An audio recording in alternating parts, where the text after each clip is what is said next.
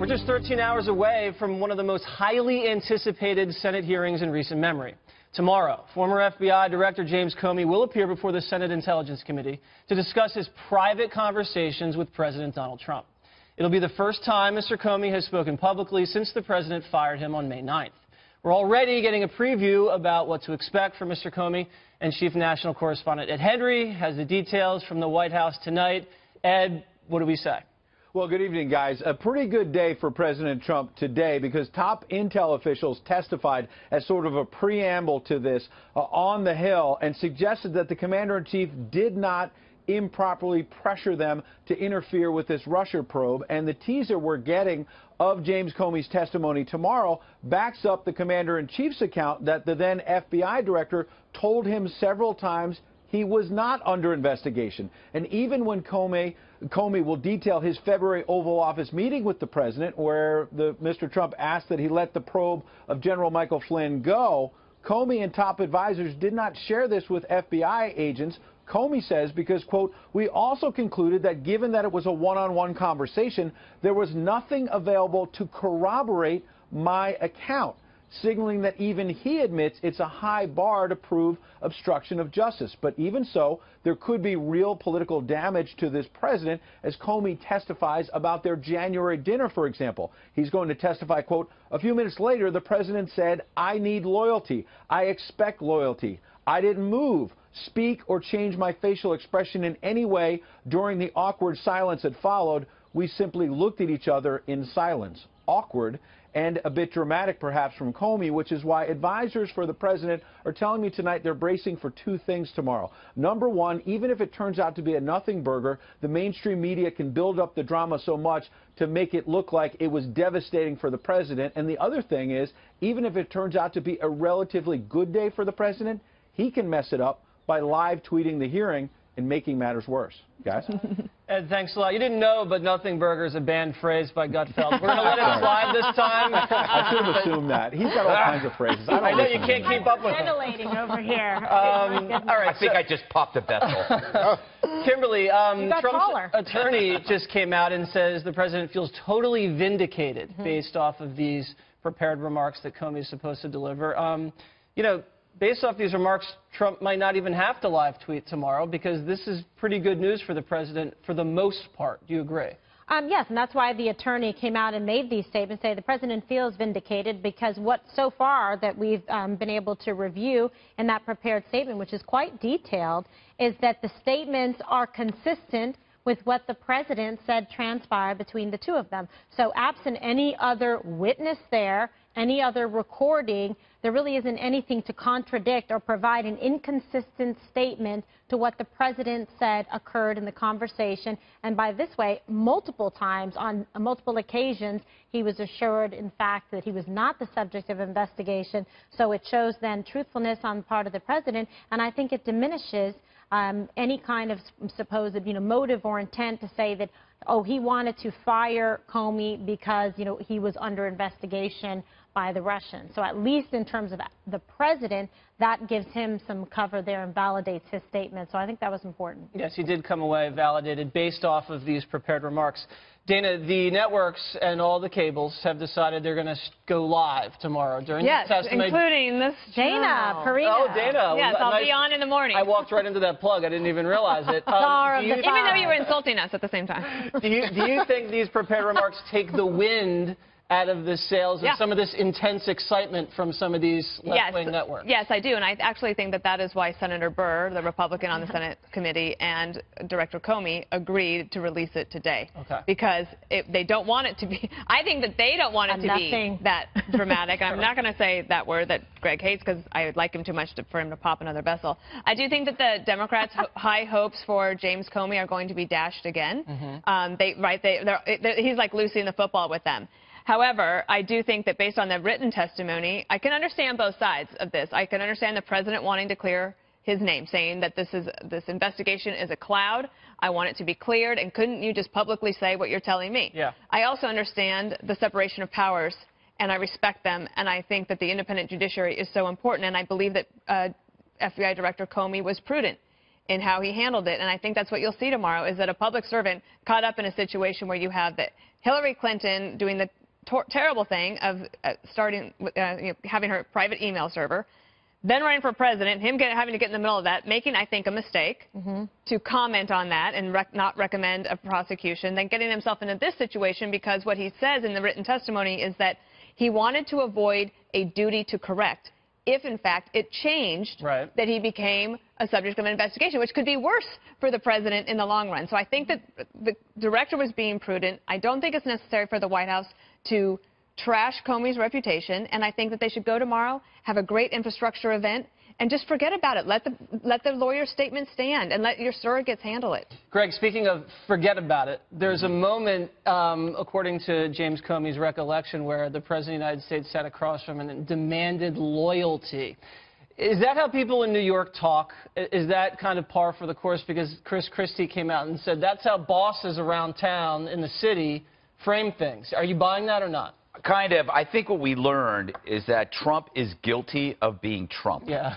Every time something comes up that's supposed to be egregious, you find out that maybe he was inappropriate or blunt, but unlawful? No. So this is not earth-shattering. Although I really thank Comey for releasing this helpful study guide beforehand. Yeah. It's like now we can be prepared for this exam. It's like a program you get for a local musical. Like a take-home test.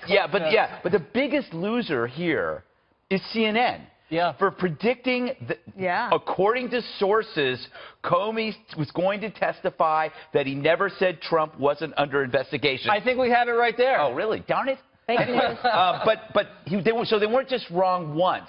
They're wrong 3 times because he testified 3 times. So that raises the question. 3 strikes, you're out. Who was CNN's source? I think it was Kathy Griffin because she was there just hanging around. By the way, the problem with Trump being Trump is that part of it is his responsibility. But every time I was hired for a job, there was always an employee orientation day where they kind of tell you the rules. But apparently, the rule number 1, don't meet alone with the FBI. Number 2, don't demand loyalty. You did that in real estate. You did that in Queens.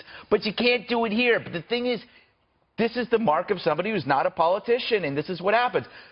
Just want to add another note about this Comey memo. It's like a Golden Corral buffet.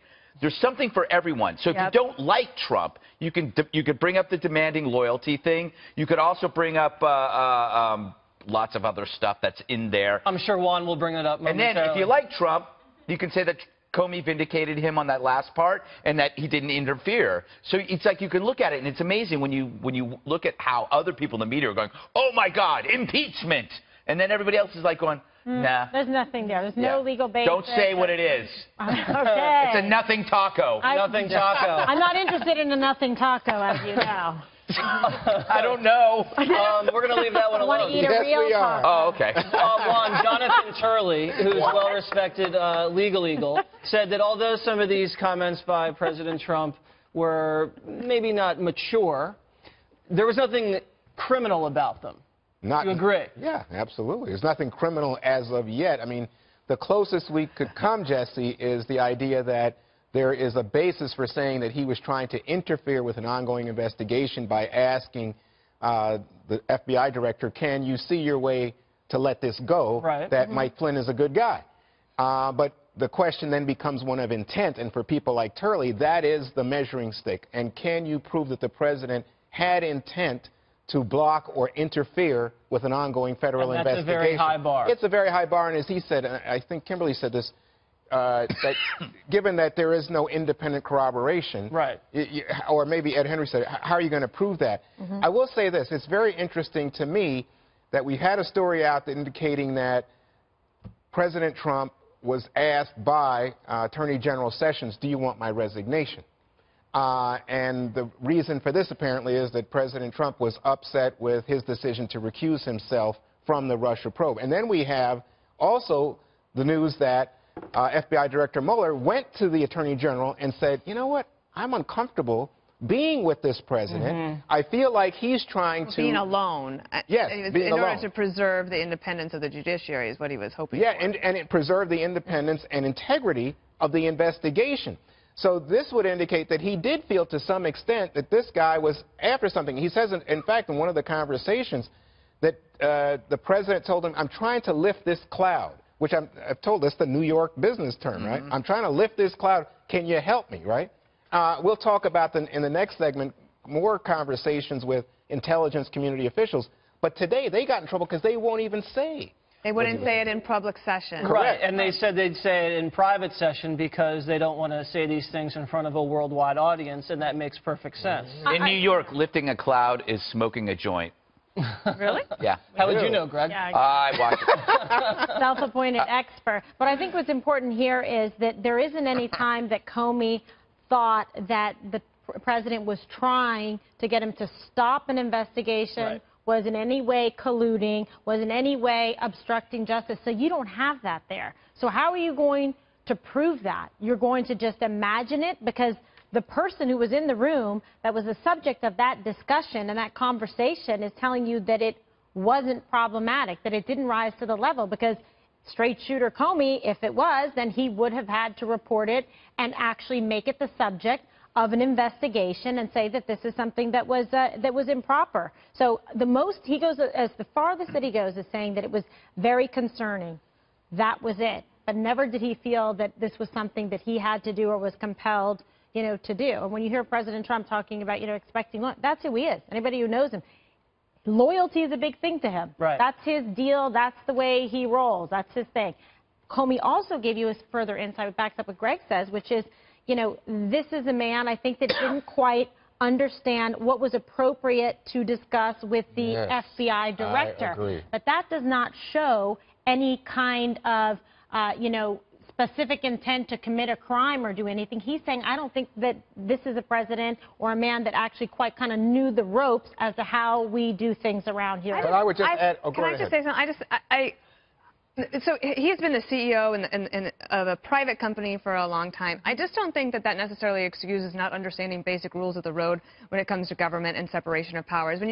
When you work for the government and when you're the head of the government, you pledge your loyalty to the United States of America, not to any one man. And that is just a fundamental principle of America. That's not something that you have to learn during the transition. That's just something that the founding fathers put that in the Constitution for a reason. But I wouldn't, I gotta say, I don't think I would know that. If I ran for, honestly, if I ran for president, I would be treating it just like everything else I did. If I thought that somebody was like, after me, I go, dude, why are you doing this? Can you, lighten up? I think that's how New Yorkers talk to New Yorkers. If President Obama had done that, boy, you would be and the excuse is, well, he's new to the Senate. He hasn't really believe me, they did use that excuse. But I also think President Obama assumed that Eric Holder had his back. Right. Wait, Sessions is a long-time leading supporter, early supporter of President Trump. But I think, just to pick up on what Dana was saying, I think what we're seeing here is a president who feels very isolated, nobody he can trust. He can't trust Jeff Sessions? Wow. And the second thing is he just doesn't have, I think everybody at the table said this tonight, he doesn't have a sense of how you have a responsibility bigger than loyalty when you're the president of the United States. I think he's very loyal to the country, and I think that's why people put him in office. And he has a core group that he trusts, I think, that's around him. That's right. It's Jared.